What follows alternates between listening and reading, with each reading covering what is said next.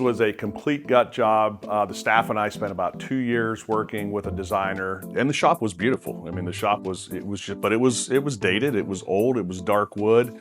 You know, we wanted to brighten things up. Obviously, lots of windows, just helps with colors and things like that, and all your displays. We're actually seeing a lot more traffic, and that's a good thing. If you can have traffic in your shop, you know, there's so much cool stuff in here as you look around. There's something in here for everybody. Brands, there's so many good brands out there. And then we have our diehards, our staples, right? Your Peter Millar's, your Johnny O's, your brands like that you have to have. Those are our core vendors that partner great with. You know, Grayson's another one of those brands. And then what we like to do is really kind of just keep our finger on the pulse with our membership, and you're constantly trying to learn, you know, as you get new members, and we have some older members, we have younger members. We dabble in kids apparel now. The pool people now start coming over. So I think if you're going with the good stuff, anything you buy in a St. Clair golf shop, I can tell you is a top quality piece, and you're gonna love it.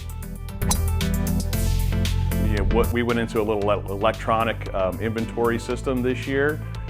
Which is basically, if anybody's ever interested, you know, give me a call. I know Pappy over at Valley Brook put it in play as well. It lets you count inventory, basically kind of walking around the room, waving a wand, and it reads all of the RFID scanners. Now you can kind of count the entire shop in, you know, an hour or two. These secondary logos, or alternate logos is what we're calling them in the business, right? That if you can find something that ties back to your club, or you know, something cool, you can, you know, how many shirts can you have with, you know, the same logo?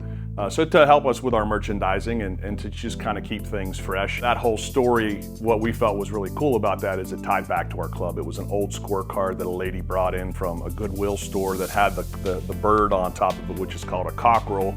You know, we went in and learned that this was actually like a statue that they would put on their churches and homes, and it was said to overlook and protect the St. Clair clan. You know, it was a family crest. So we launched the cockerel.